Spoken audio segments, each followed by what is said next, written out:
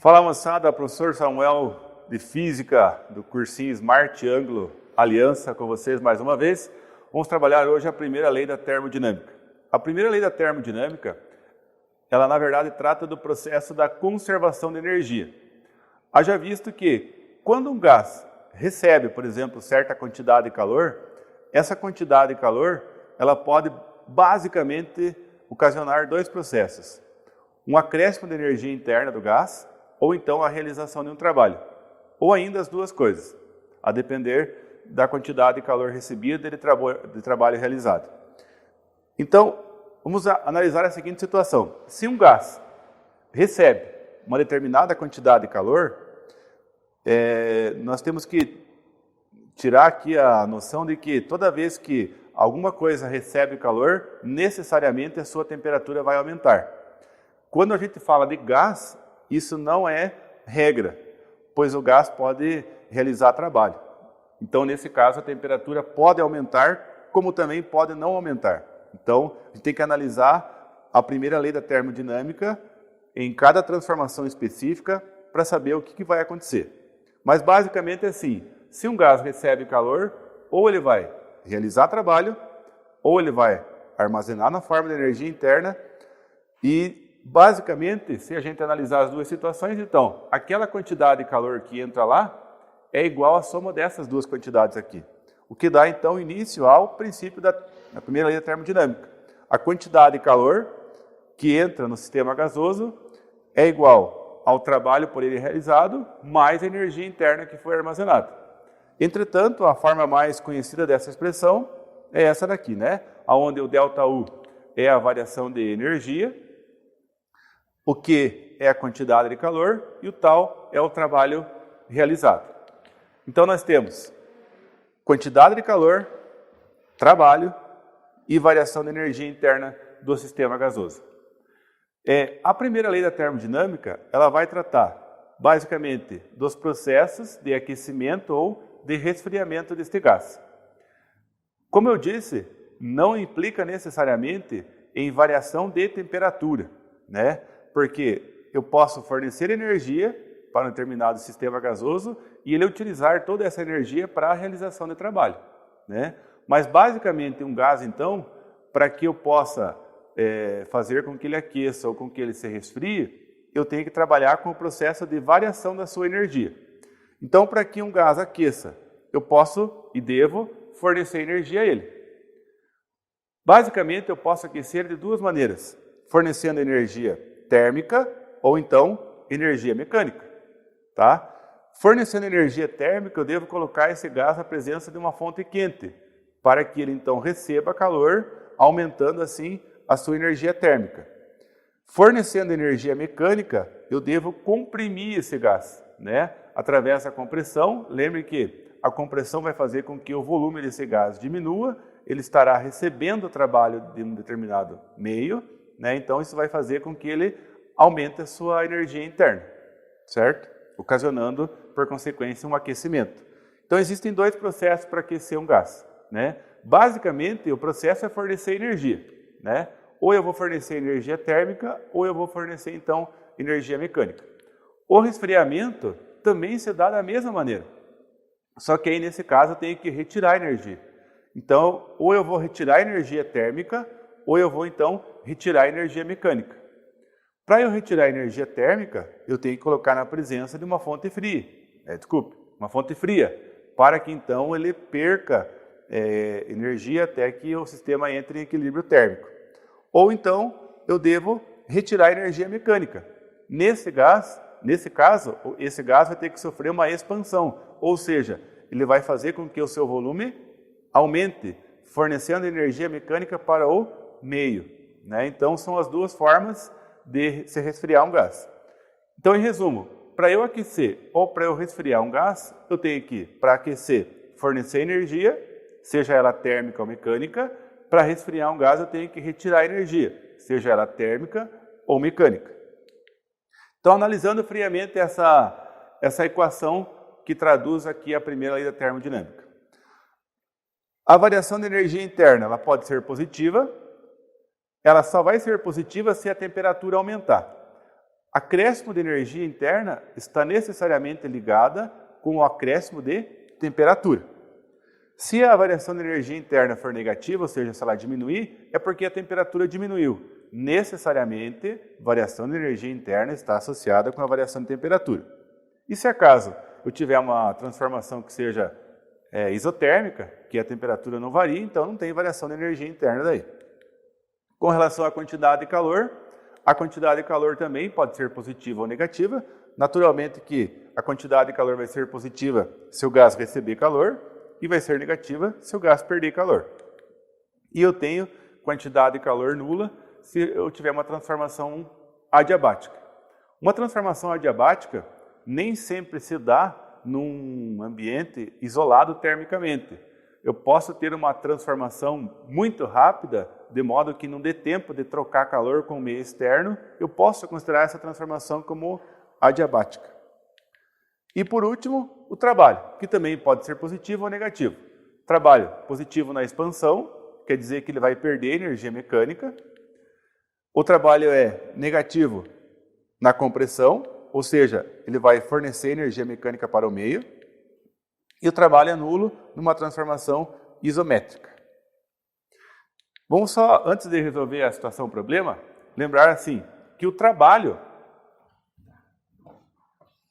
eu tenho pressão multiplicado pela variação de volume.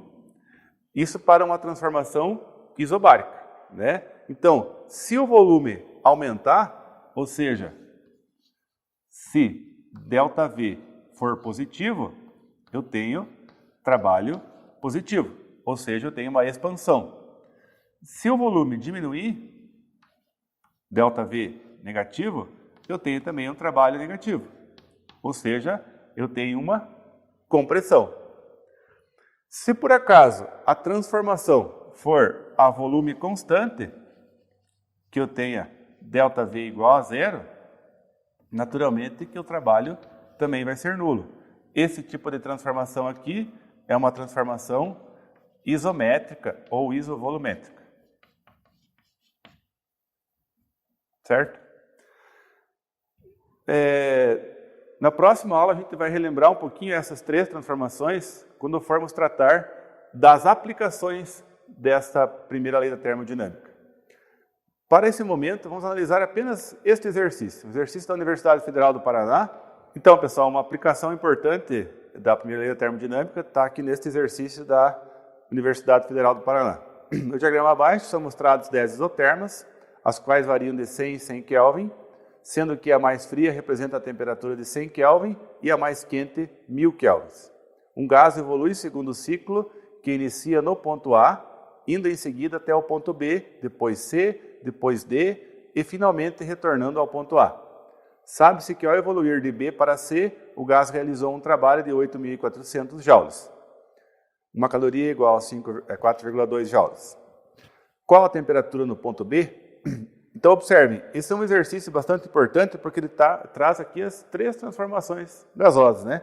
Eu tenho de A para B uma transformação isobárica, pressão constante, de B para C uma transformação isotérmica, temperatura constante, e de C para D uma transformação isométrica, que é a volume constante. O item A pede para eu determinar a temperatura do ponto B.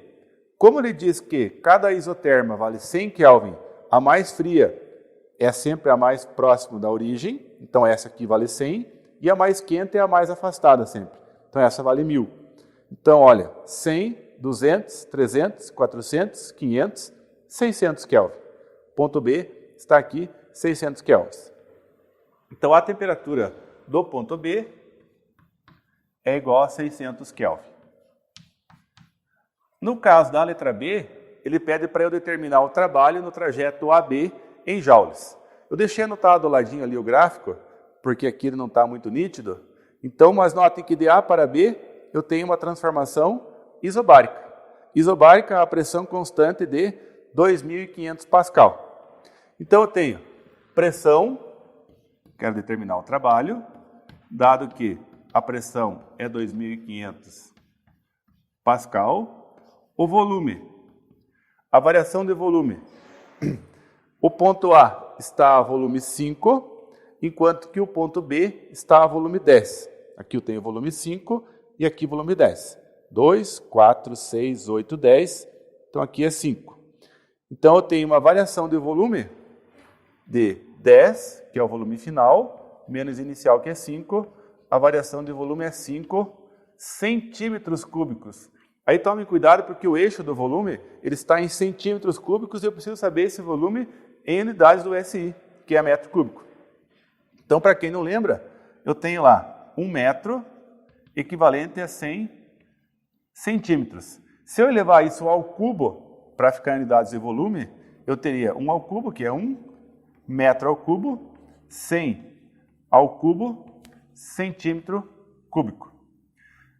100 ao cubo é equivalente a 10 à sexta. Então, 1 metro cúbico é 10 à sexta centímetros cúbicos. Então, para eu transformar 5 centímetros cúbicos em metros cúbicos, eu vou dividir por 10 à sexta.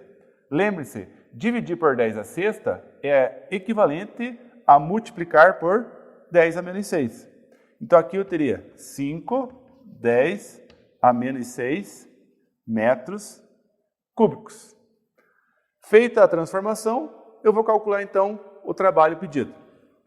Trabalho, pressão, multiplicado pela variação de volume. Pressão, 2.500.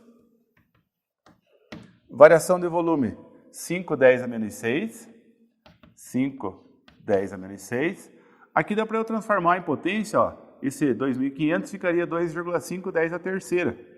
Então, 2,5 10 a terceira vezes 5, 10 a menos 6. 2,5 vezes 5 é 12,5. Potência, 3 menos 6, vai ficar então 10 a menos 3 joules.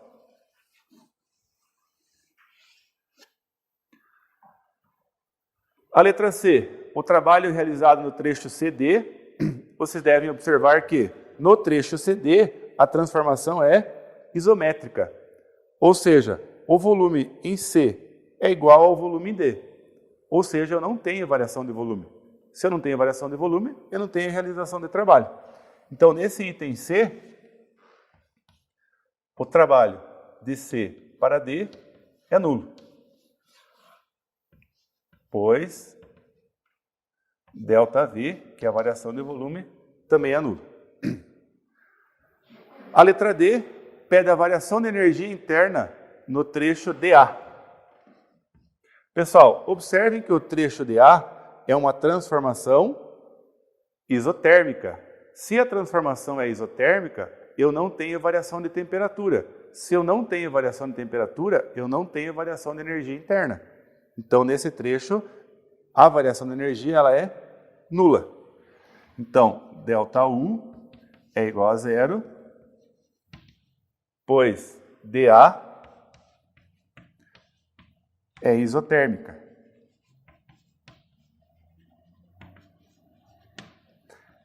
E por último, a letra E, que pede a troca de calor envolvida no trajeto BC.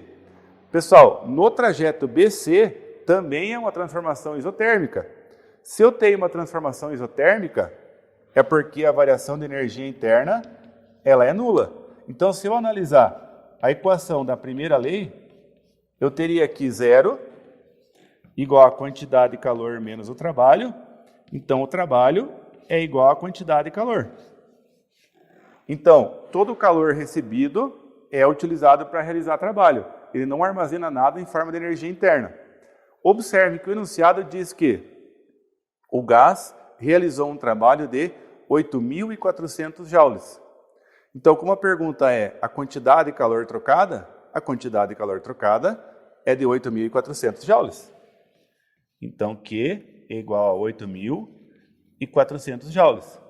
Tomando cuidado, qual é a troca de calor envolvida no trajeto BC em calorias. Então, para eu transformar de joules para calorias, eu vou dividir por 4,2. Então, a quantidade de calor trocada em calorias é de 2.000 calorias. Certo? Então, como eu disse, um exercício bastante importante, né, que traz aqui as 3 transformações gasosas e as interpretações com relação à variação de energia, né, no item D, a quantidade de calor no item E, do trabalho, tanto no C quanto no B. Certo? Muito obrigado.